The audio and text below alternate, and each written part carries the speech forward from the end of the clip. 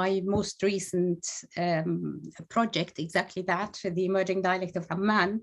So Amman, for instance, never really had a traditional dialect of Arabic, and I specify of Arabic, and simply because it did not have a native population for long enough for a dialect to be formed. Amman, obviously, as you can see, is a very ancient location. I mean, its history goes back to at least 8,000 years. But really, as an Arabic-speaking city, its history is very modern. It only grew as an urban center at the turn of the 20th century.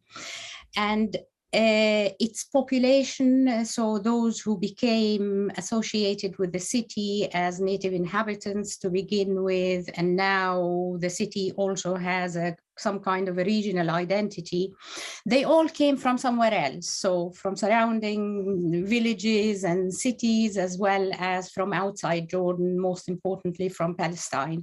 In the early years, from Lebanon, Syria, and Palestine, and later on much more from Palestine. So this mixture of dialects that arrived with their native speakers met for the first time in the same social context. Of course, contact between these dialects was never absent. So Jordanian and Palestinian, or Jordanian and Syrian, Jordanian Lebanese dialects have always been in contact.